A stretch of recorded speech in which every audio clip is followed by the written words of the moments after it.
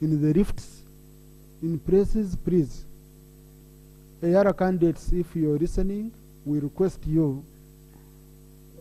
In fact, I would urge you, anyone who would grow his picture somewhere, don't vote him or her.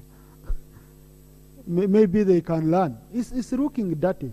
You go in a rift, you bring a glue, and you paint a whole rift with your pictures, which are extremely difficult to even remove. So I want them to exercise restraint. They can get a better way of campaigning. In Parliament here, there is a better way we do it, okay, by interacting with colleagues. I don't have much to communicate today beyond that. Matters of national importance, I will do them. I will do all matters of national importance together with the Prime Minister's time. I want us to go on the order paper. Today, we are about to go for recess, colleagues. So I want to go when we've cleared all members' issues that are pending on the order paper. So my focus is on that. Now, the issues I've said, really, I don't know which kind of reaction you want to give.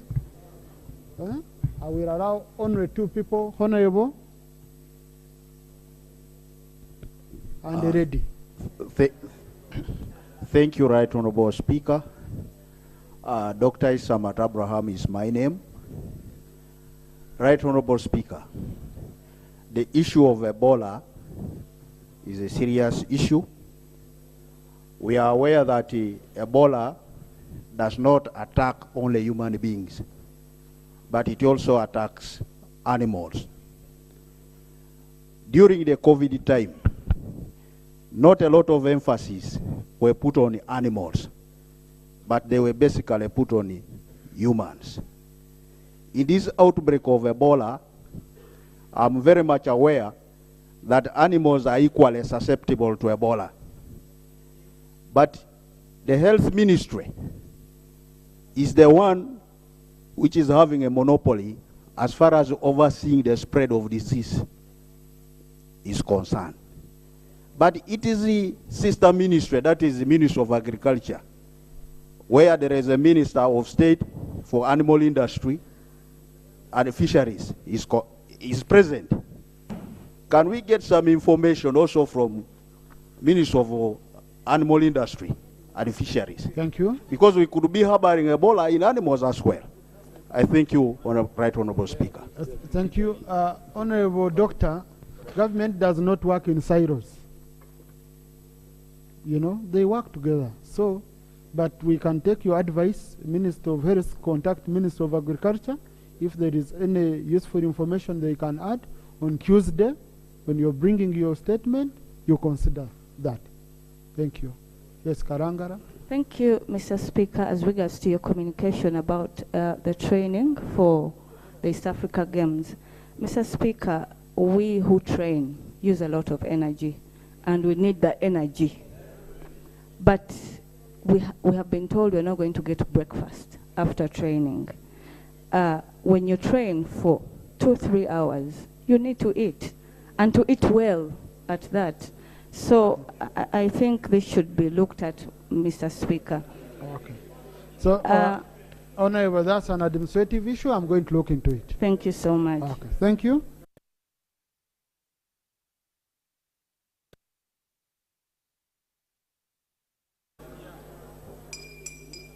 Report of the Verification Committee on vetting of nominees to the 5th Assembly of the East African Legislative Assembly. Colleagues, matters of national importance, I'm going to allow you with the Prime Minister and all that. Honorable, wait a bit. Chairman, Committee on Health, you wanted? Yes, thank you, Mr. Speaker. I just wanted to give guidance and information that on the 20th September, the Member of Parliament for Butambala raised an issue that was it in order for Ministry of Health to pronounce that an outbreak after one case. But I would want to inform members of the House there are certain diseases where one case is declared an outbreak because we do not have time. We have 7 cases right now. If we had not acted and blown the whistle when we had one case, it would have been disastrous.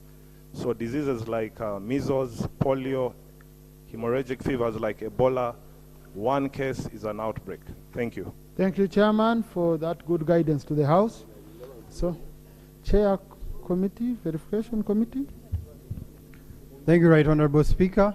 I beg to lay a report of the Verification Committee of the nominees and applicants for the election to the East African Legislative Assembly and the minutes. Right Honorable Speaker, in a special way, we would like to thank the Office of the Speaker and the Office of the Clerk and the honorable members of the committee, the 20 honorable members who worked tirelessly to ensure this task was executed. Report of the Verification Committee of the nominees and applicants for election to the East African Legislative Assembly. Introduction, Right Honorable Speaker and honorable members. Parliament of Uganda is scheduled to elect 9 persons to represent Uganda in the East African Legislative Assembly for the period 2022-2027 on 29 September 2022. Pursuant to the provisions of Rule 9 of Appendix B of the Rules of Procedure of Parliament of Uganda, on Tuesday, 20th September 2022, Parliament appointed a 20-member verification committee to consider the nominees and applicants whose nomination papers had been received by the clerk to the Parliament during the period 19th to 20th September 2022.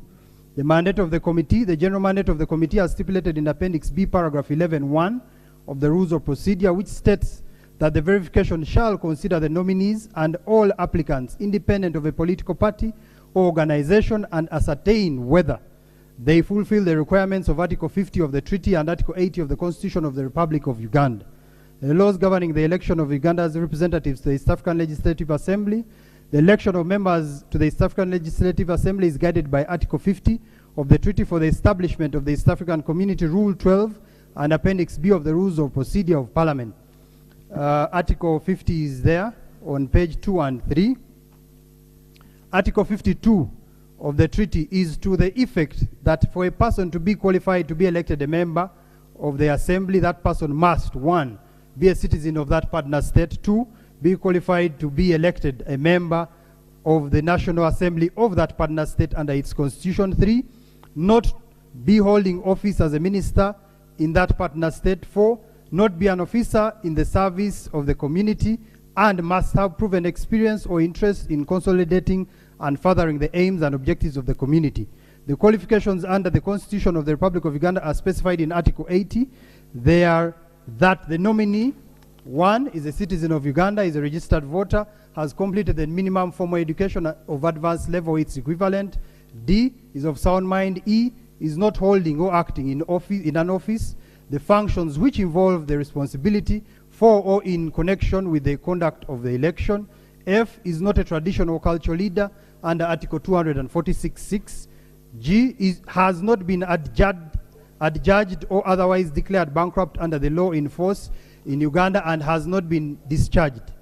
H, is not under a sentence of death or imprisonment exceeding 9 months imposed by any competent court without the option of a fine. And lastly, if the nominee is a public officer or a person employed in a government department or agency, he or she must have resigned his or her office at least 90 days before nomination. Observations and findings of the committee. The clerk to Parliament, in compliance with Rule 10 of Appendix B, forwarded 28 nomination forms to the Verification Committee for consideration. In exercise of its mandate, the committee scrutinized all the nomination forms of the aspirants and physically interacted with the 27 aspirants who answered to the invitation. Only 1 did not appear. The committee observations. In course of verification, the committee observed that a number of aspirants had issues with the arrangement of their names on their national identity cards, academic documents, and nomination papers tendered. Some had additional names or additional letters on their names. Initially, the committee was concerned with the compliance of Section 36 of the Registration of Persons Act, which provides that any person being over the age of 18 years who wishes to change his or her name shall cause to be published in the Gazette a notice in the prescribed form of his or her intention to do so. And these were 16 candidates of the 28, leaving only 12. However, it is the preside of the courts of law to interpret these laws. However, the committee was guided by the decision of court in Mukundane Vicent and Imbisiwe Godians vs. Electoral Commission and another. Election petition number 004 of 2010, Mutembuli Yusuf vs. Nagomu Moses Musamba, and the Electoral Commission petition number 043 of 2016, Tinka Noreen vs. Bijirwenka M. Beatrice, Electoral Commission, Electoral Civil Appeal number 007 of 2011, Okello Charles P. Engola, Machodogo, and Electoral Commission vs. Ayena Odongo Crispus, Election Appeal number 026 and 94 of 2016, and Hashim Sulaiman vs. Onega Robert, Civil Appeal number 001 of 2021.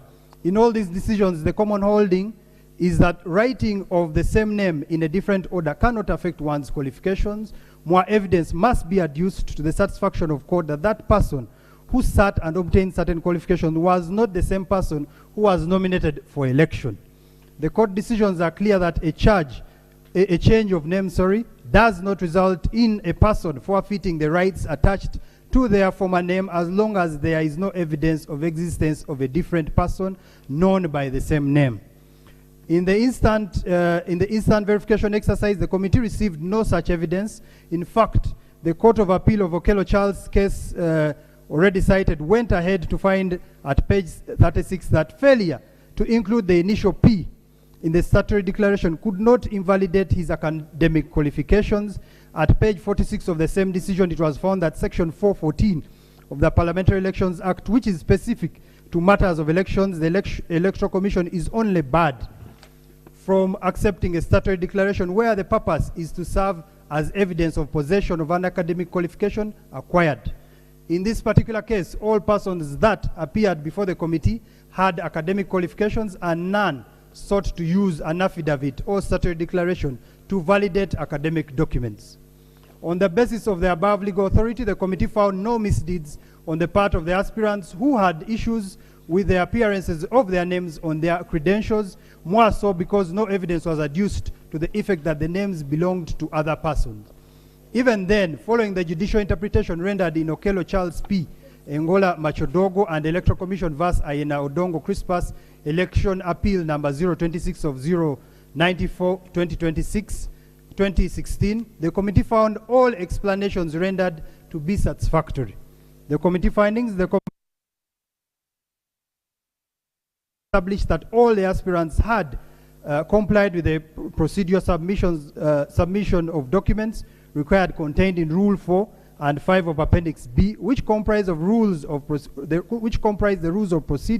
for the election of members of the East African Legislative Assembly. 2. The committee further duly verified the nomination forms of the aspirants to ascertain whether the aspirants have the qualifications rendered to be elected members of Parliament as per the requirement of Article 50 of the East African Treaty and Article 80 of the Constitution. Lastly, the committee established that the aspirants came from different political parties and interest groups and from both the genders as indicated below. The gender categorization of the verified aspirants: 9 female aspirants, 12 male aspirants, out of which one was a PWD. 19, out of which one was a PWD. Political party membership or independent positions of the aspirants: 6 NRM aspirants, 2 JEMA 1 aspirant, 3 FDC 1 aspirant, 4 DP 1 aspirant, 5 UPC 1 aspirant, 6 18 aspirants of the independents. In conclusion, the committee found that the following aspirants satisfied all the requirements of Article 50 of the treaty and Article 80 of the Constitution and Rules 4 and 5 of Appendix B. I beg to submit. All, should I read the names? Yes. Please read the names because 1, members have to approve. Ms. Amongin Jacqueline, independent. 2, Dr. Kapiata Dennis, independent. 3, Mr. Mwonge Daniel, independent. 4, Ms. Chiriowa Stella, independent. 5, Ms. Fiona Randa Lugari, independent. 6, Ms. Patience Namara Tumwesije, independent. 7, Mr. Katerega Muhammad Jema. 8, Mr. Bwenje Lauben, independent. 9, Mr. Chisemboron Extendo, independent. 10, Mr. Buchana Julius, independent. 11, Mr. Muinda Alan, independent. 12, Mr. Murangira Ambrose, independent. 13, Ms. Kadogo Babidia Veronica, independent. 14, Mr. Agaba Gilbert, independent. 15, Ms. Nachtende Salama Adeline, independent. 16, Mr. Ruinda Fred, independent. 17, Mr. Cole Rose Akulu, in the NRM. 18, Mr. Musamali Paul Mwasa, NRM. 19, Mr. Odong George Stephen, NRM. 20, Mr. Namara Dennis, NRM. 21, Miss Mujenyi Ara Mary in NRM. 22, Mr. Kakoza James, NRM. 23, Mr. Siranda Gerard Blacks, DP. 24, Miss Lolem Josephine, Independent. 25, Mr. Tegeka B. Moses, Independent. 26, Mr. Tindiewa Joseph, Independent. 27, Mr. Kaija Harold Scandron, FDC. And lastly, 28, Mr. Abil Fred, UPC. Thank you, Honorable Chair. Colleagues, this is in... Honorable Sema, do you have an issue? No, colleagues. This is in line with Article 50 of the treaty and Article 80 of our Constitution. The decision we can make here, we cannot remove any candidate. We don't have that power. We cannot change anything. Now, why should I allow a debate on something where we are not going to change anything? So I want to put a question. Procedure.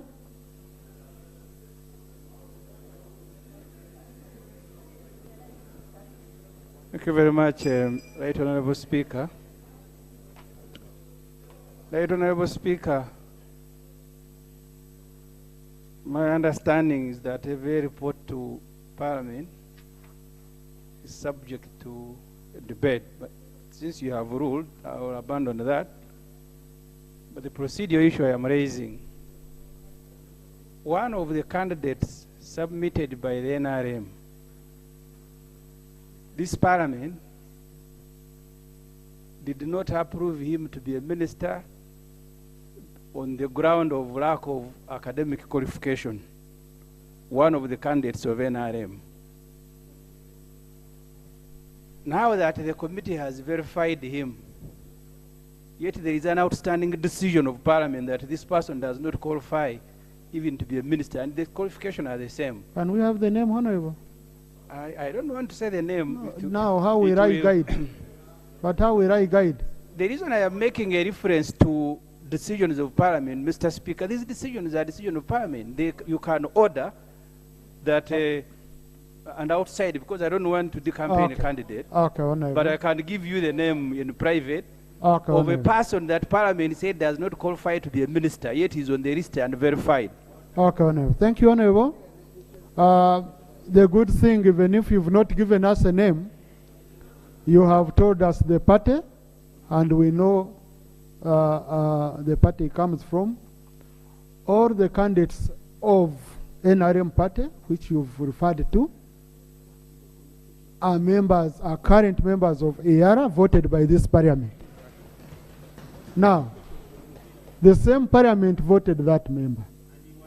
And I was in the 10th Parliament. I never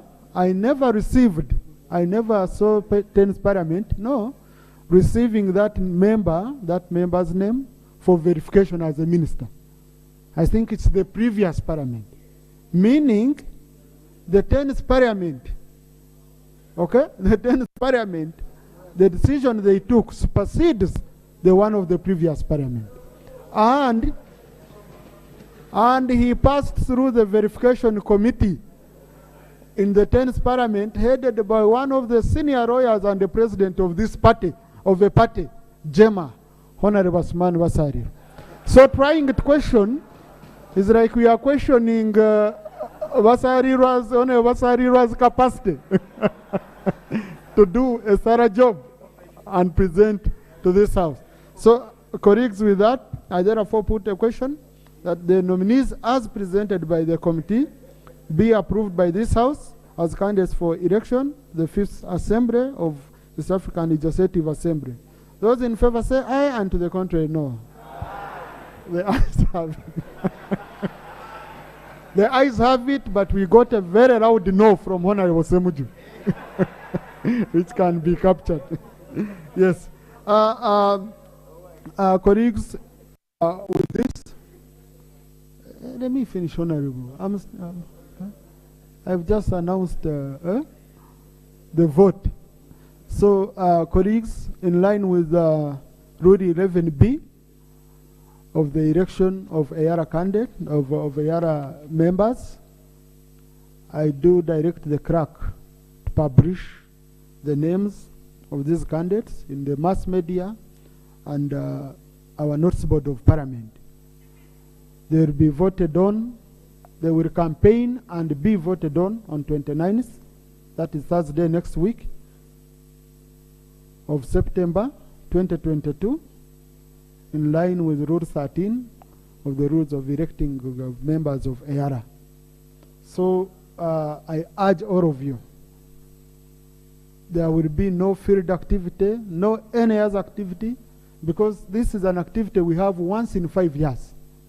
So there is no member, whether you are traveling abroad, whether you are what, I have directed the clerk that all should be stopped. Because this is an activity for once in 5 years. We can't have an excuse for missing. We want you to come and you vote your favorite candidates. Procedure, Honorable? Thank you, Right Honorable Speaker. As a matter of procedure, I would like to seek guidance from you. Names of people have been read here, and we know for a fact that NRM has 6 out of the 9, and we know that there are several independents that are NRM leaning, so NRM has a right also to choose so that the whole team can be NRM. Can we therefore be guided, Right Honorable Speaker, as to how the opposition will be able to select their own candidates? Honorable, no, the member is seeking guidance, colleagues.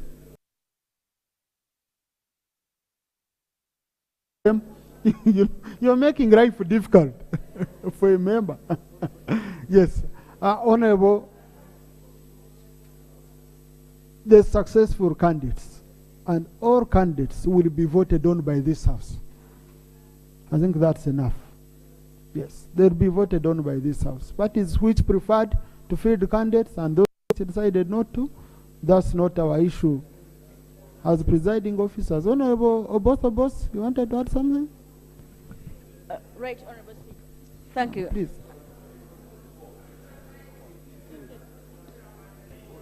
But, Right Honorable Speaker, I think you've guided so well. I was just seated next to Honorable Chwera and I was stretching, but I caught your eye. I was just stretching. But, but you can supplement as a senior colleague. Yes, I think the procedure is that we shall get the best 9, and the 6 are from NRM. Unless the members right now want to make a decision to say the NRM go unopposed, which is also not known in our rules of procedure. You ignore what you are hearing elsewhere. I'm the one, and in fact, when Honorable Semuju voted no, I don't know what is the impact of his vote against the FDC candidate, whether we didn't want that candidate. But as you've guided, let's follow the rules to the dot. Let's follow the rules to the dot. When I will conclude, yes. We move. You people, you're eating my time. We let political parties and all candidates mobilize so that we get the best 9. Thank you. Please. From NRM and others. Thank you. Thank you, Honorable. Colleagues, yesterday I promised you that the Minister for Security would come here and answer to the questions which we had put to him. So before any other, I want the Minister for Security to come. The Internal Affairs, sorry. Yes, thank you. The Minister for Internal Affairs to come and address the concerns of Honorable Mayanja. And then later on, Clerk, you need to capture this. The Minister for Agriculture, when we are working on on responses to members' questions, Minister for Agriculture should be considered. Item Thank 4, you. Statements by ministers. Minister of Internal Affairs. Right Honorable Speaker, honorable members, I stand here to respond to the issue in respect of the arrest and reported abduction of Motive Kasaga, Kenneth Kavulu, and Jakana Naduli. And in that respect, I want to report as follows. Jakana and Kasaga Bashir were held in relation to communication and circulation of offensive content on social media. But I would beg to... Procedure? Mr. Speaker, the statement the minister is ready, we don't have it on our iPads. Clerk, is the statement uploaded?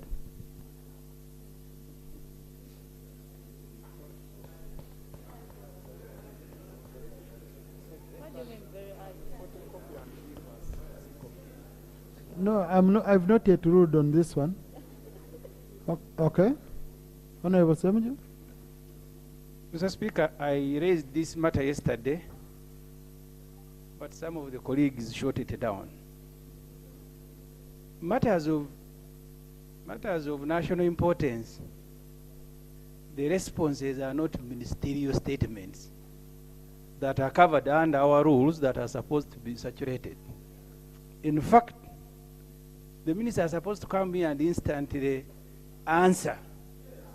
It is a wrong procedure that we have adopted here because of the magnanimity of the presiding officers, that these responses will be presented as ministerial statements. Therefore, the procedural issue I am raising, Mr. Speaker, is that does the response to a matter of public importance becomes a ministerial statement? Thank you. But Honorable, you're asking me when you've already concluded that we adopted the wrong procedure. I'm the one who told the minister, because of the sensitivity of the matter, to make it a brief statement. I'm the one who guided the minister that way. Because, you see, issues of human rights and all that, would want them captured very well on record. And I felt a statement would be better shared, and he can have a copy and maybe pass it on to the family that is aggrieved. And the minister humbly agreed. So, minister, continue, but I'm told the statement is uploaded.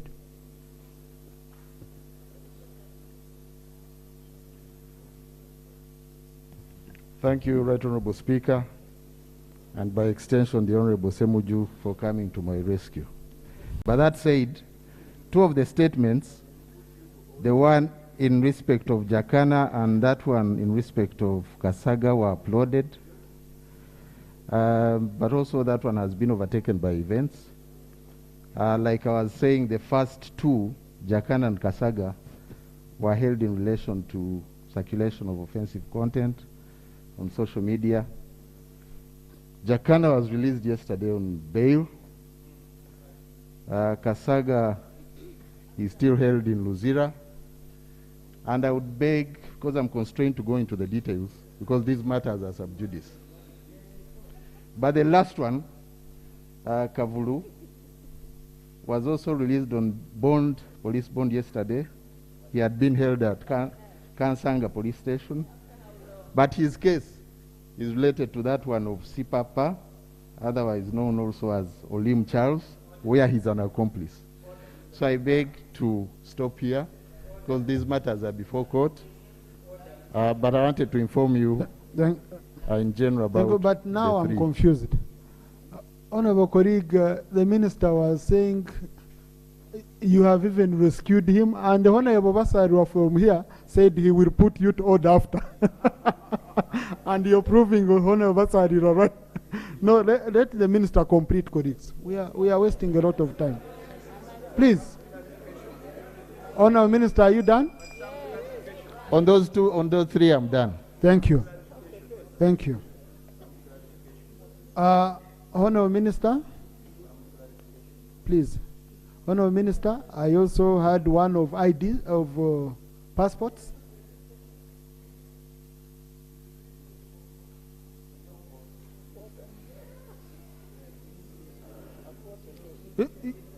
You see, colleagues, let us focus on the content. Yes. But the minister has told you the cases are before court. What Honorable Mayanja came, when he came to me, he said these people were picked by drones. We don't even know where they are. The minister has confirmed they were arrested by police. They were arraigned before court. One is in Ruzira, another one was released on bond, another one got bail. So what is, do we, no, colleagues, please.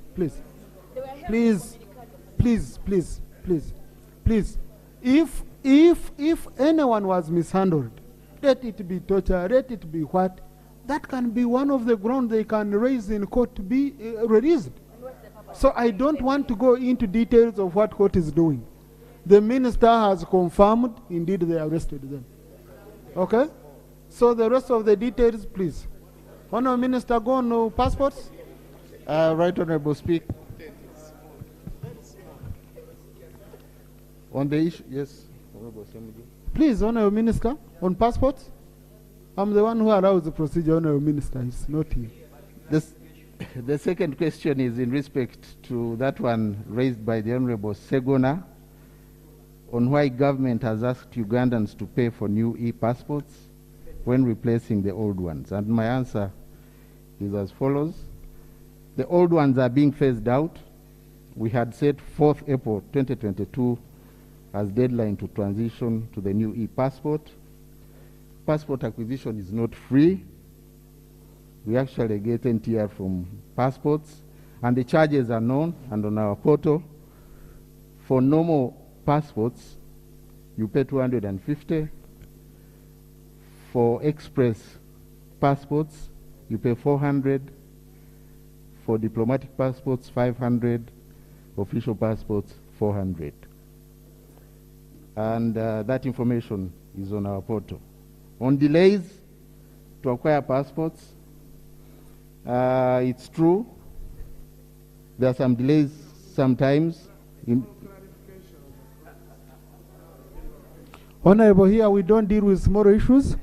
We need with serious issues. Honorable Minister, go on. Small clarifications meet in corridors. On issuance delays, that is unfortunate but explainable. Right Honourable Speaker. And I would want to give information regarding the information.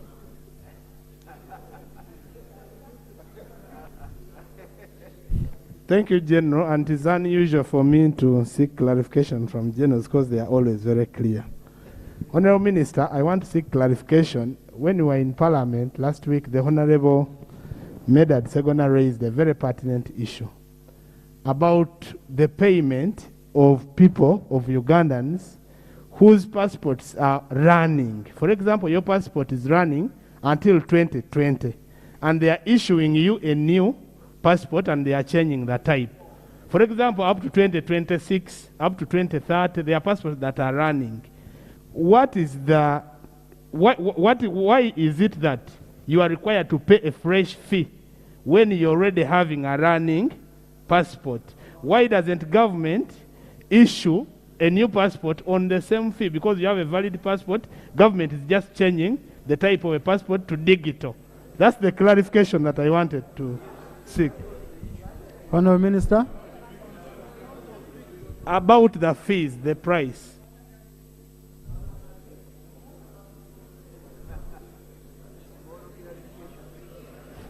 Like I explained, Right Honourable Speaker and Honourable Members, we are transitioning to a new passport, the e-passport. And for that matter, you have to pay for the new passport.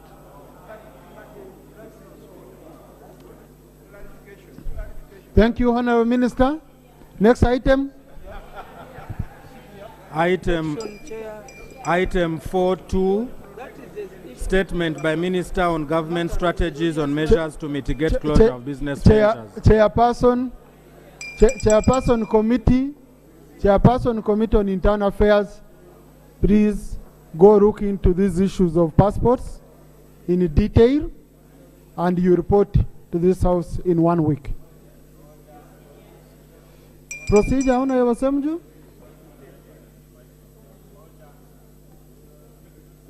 Mr. Speaker, you ruled that the statement by the Minister of Internal Affairs, you had authorized him to make a statement. And the statements in our rules attract a 1-hour debate. The procedural issue I am raising, Mr. Speaker, is whether even that requirement you have removed. Because you said you have allowed him to make a statement, and in our rules, and on a matter that you yourself has described as a very serious matter of human rights. Thank you. Honorable Semuju, Rule 52, Sub-Rule 2 of our Rules of Procedure, says it may. So it's my discretion. I don't need a debate on this. The next item.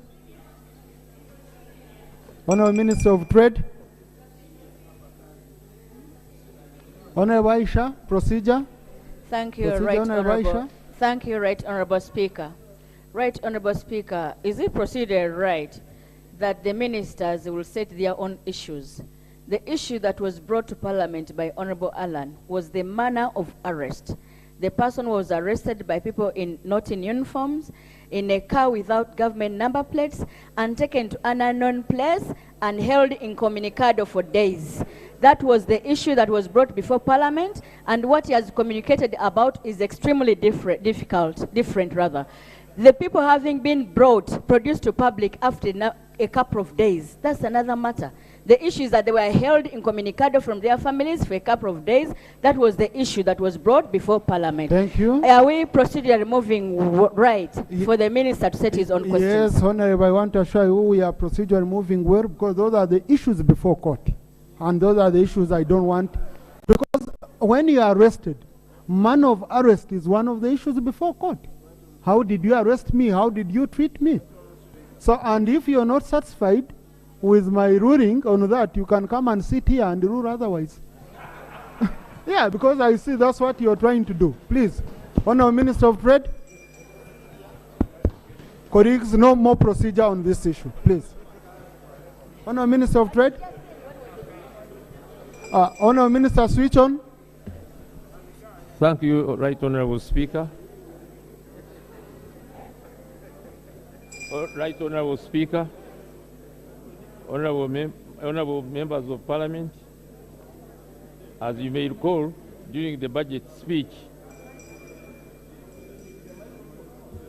Move closer to the microphone. Hey.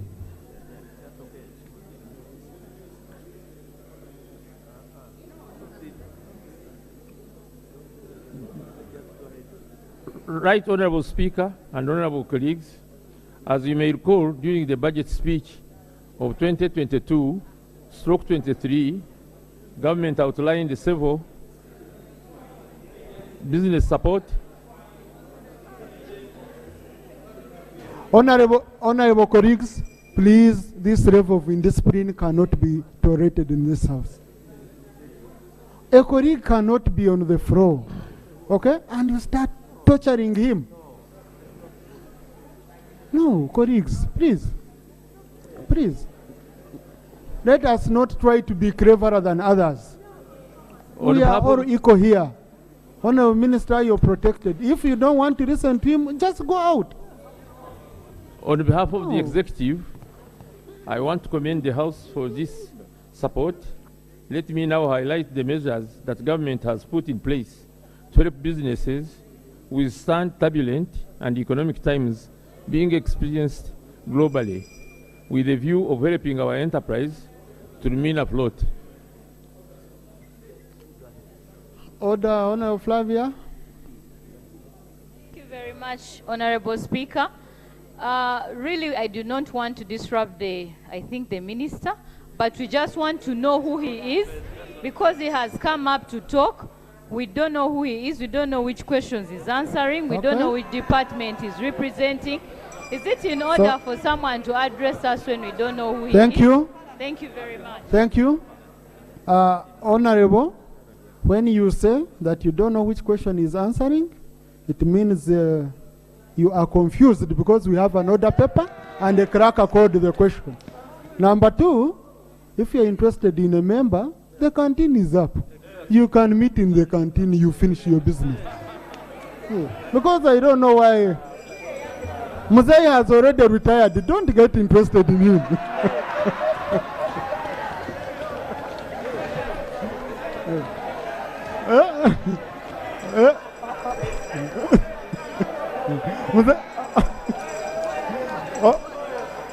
Honorable Mwebesa.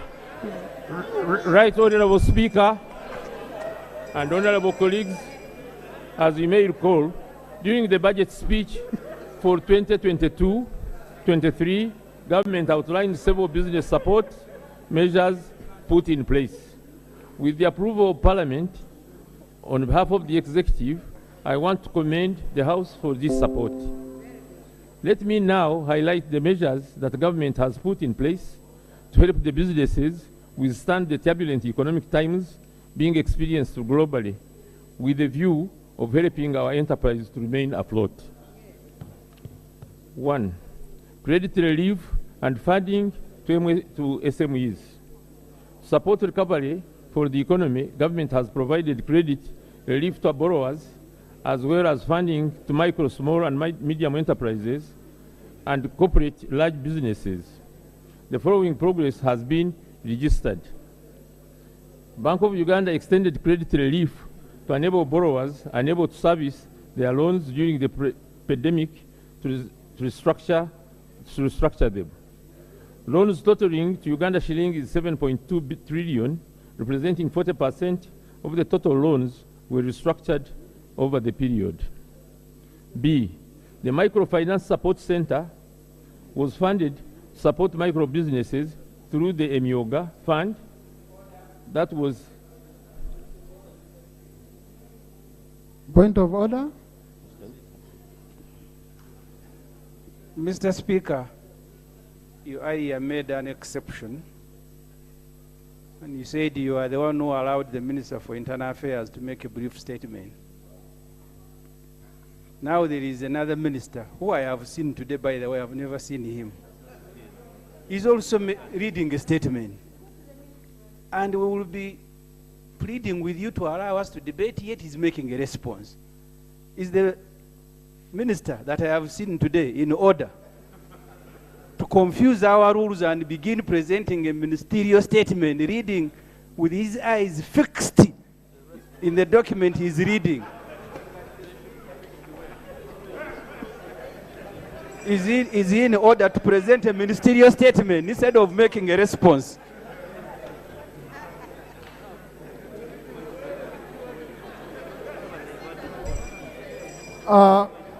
Honorable Senator.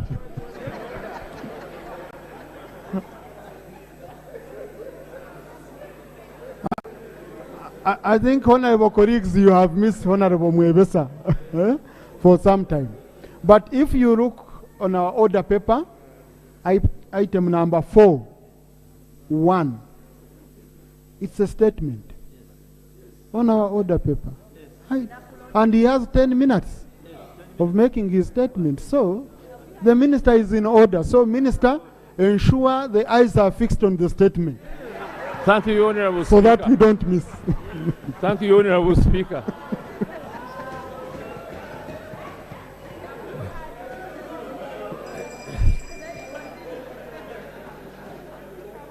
The Micro Support Center was funded to support the micro businesses through the Myoga Fund. Uganda shilling is 100 billion.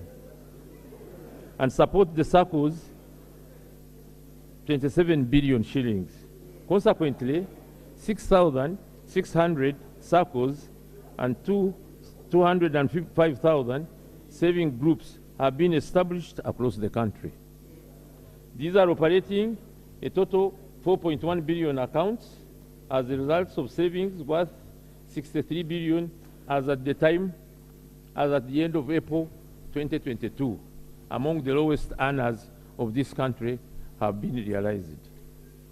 For small businesses that do not fall under the Myoga fund and at the same time do not qualify for the UDB funding, government has, in partnership with Bank of Uganda, supervised financial institutions, established Uganda shillings 200 billion Small Businesses Recovery Fund. The fund offers credit at a subsidized interest rate of 10% per year. Domestic areas provide private sector suppliers of goods and services to government totaling to 526 billion were cleared. In addition, court awards amounting to Uganda shillings 57 billion were settled. This measure helped to free up funds that were held by the government and thus improve the liquidity position of the private enterprises and to enable them to stay operational. Support to the Teachers Circle. Government has also disbursed 20 million to the Teachers Circle to support them to recover from the pandemic and stimulate demand in the economy. Agricultural Credit Facility. In the financial year 2021/2022, the Agricultural Credit Facility disbursed a total of 67.42 billion to 1,057 borrowers as at June 2022, cumulatively. The facility has financed a total of 3,120 farmers across the country to a tune of 737.3 billion. Agricultural insurance. Government, in partnership with the private sector, has established an agricultural insurance scheme. Farmers can take advantage of the subsidized insurance premiums under the scheme. My ministry, in conjunction with the consortium of insurance companies, successfully piloted this product across the country with an initial injection of 5 billion by government. This scheme will continue to be rolled out across the country for the next 4 years based on the success of the pilot phase. This kind of insurance serves as an incentive to farmers to borrow funds for investment in agriculture, assured that in case of exposure to bad weather or any other calamity, insurance provides the compensation in monetary terms subject to availability of funds. The scheme will be scaled up. NSSF mid-term access. Following amendment of the National Social Security Fund Act to allow mid-term access to the qualifying members, a total of 420 billion had been paid out to about 21,500 beneficiaries as at mid-June 2022. The impact of this is stimulation of investment and demand in the economy. Honourable Minister, can you conclude? With the ultimate impact. Just of conclude, the Honourable Minister. For person. Conclude. The last one. Yeah. Support the women entrepreneurs. For women entrepreneurs, government received USA dollars 217 grant from the World Bank to provide funding in the current financial year to middle businesses managed by women and to support the growth.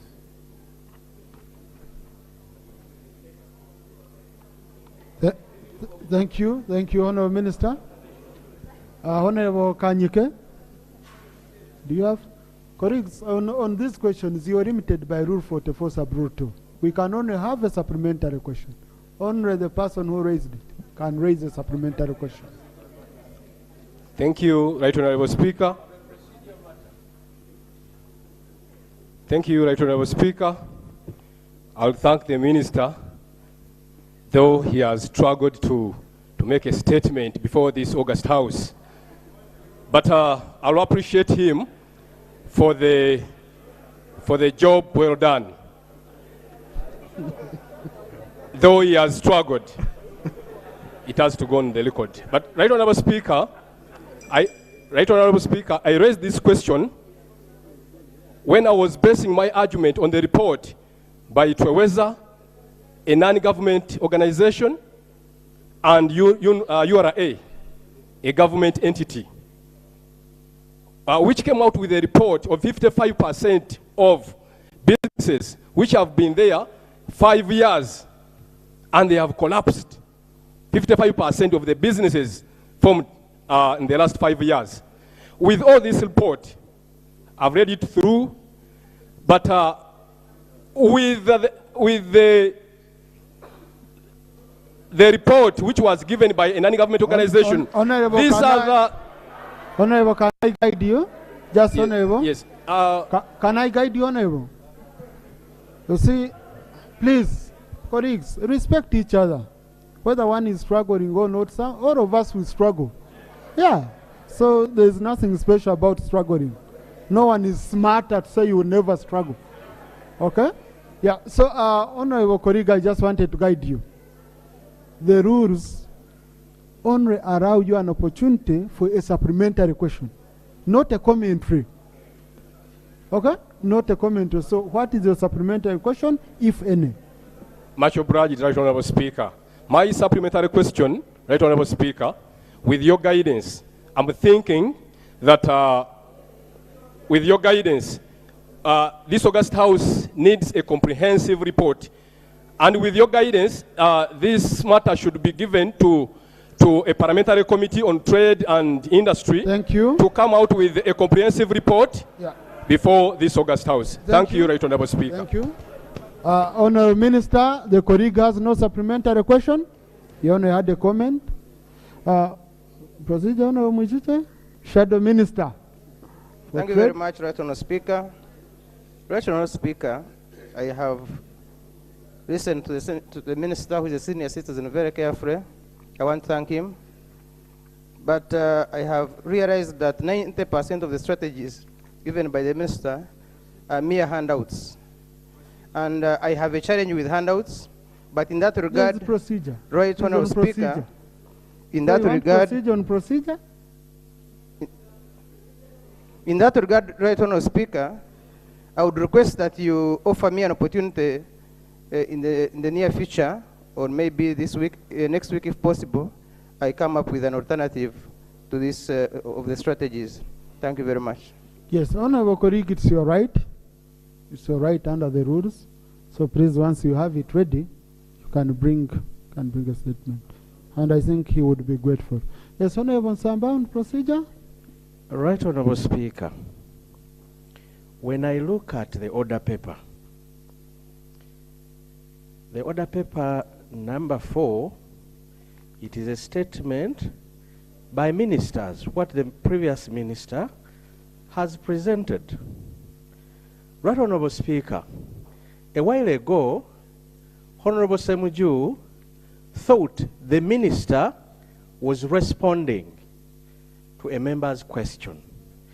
You ruled that, and he insisted that statements by ministers are given an hour for discussion. Right Honorable Speaker, according to the order paper, we had a right as members to have a discussion, to have a debate on the issue presented by the minister. Because the way it is presented on the order paper, it is a statement by the minister. With your guidance, Right Honorable Speaker, we really have a lot to talk about the matter before this House, especially on the closure of the business. Will you allow a little bit of discussion, Right Honorable Speaker, on that matter? Thank you. Thank you. Honorable Minister, Honorable colleague, one day you'll be a minister. Yes. Honorable colleague, you see, the response which the minister brought was a response which I didn't want to just give 2 minutes of reading and all that. So I allowed the clerk to structure it as a statement, but not in the real meaning of a statement which is originated by the minister, but in the real meaning of the detail that is in it. Now, now, even if it was a statement, it's my discretion as a presiding officer to to look through the statement, and I say, and I also look at what I have on order paper. And because when you insist on saying it's our right to what, no.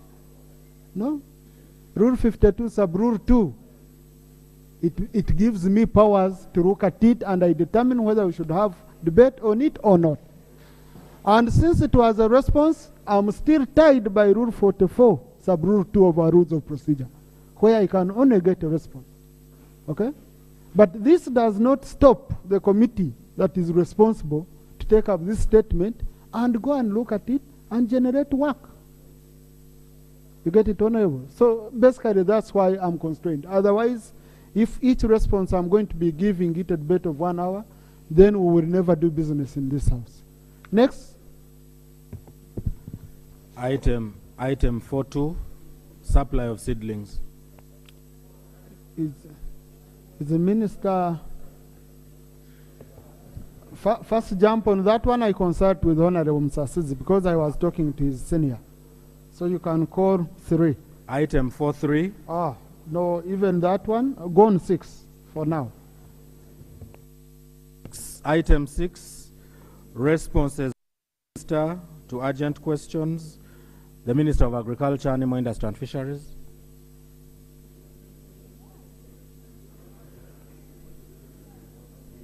He had indicated.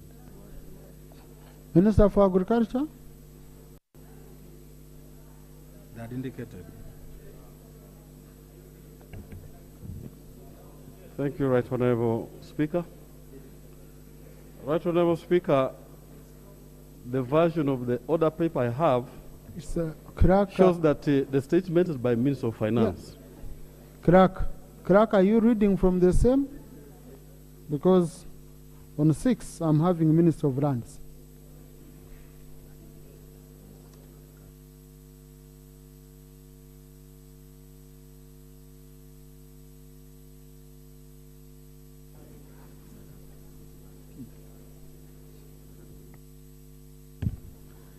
Item 6.1, response by the Minister of Lands to urgent questions. Honourable Minister for Lands.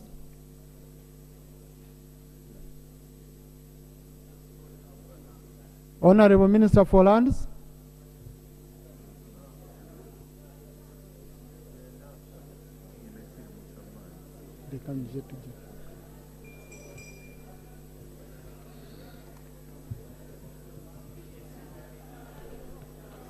House suspended for 5 minutes.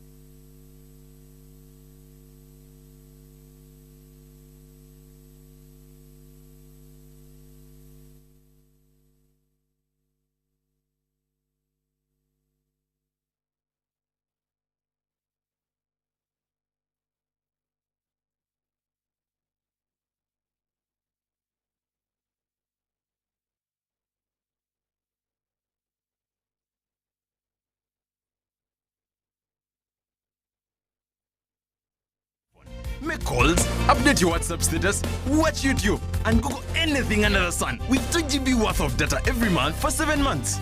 Simply make a small deposit of 99k and pay the balance mpola. You can pay in daily, weekly, or even monthly installments while you enjoy your new phone. So what are you doing today? Visit any MTN shop near you and get the MTN Capote super easy.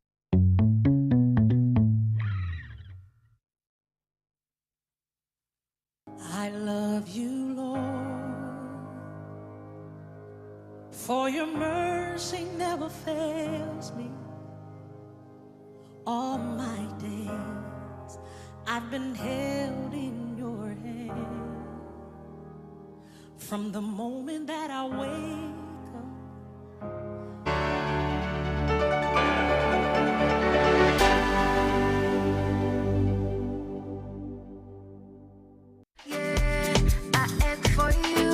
Man, what's a weekend without entertainment? To be boring, right? It would be a weekend without a vibe. There has to be a vibe. And what better vibe than Horizon Vibe.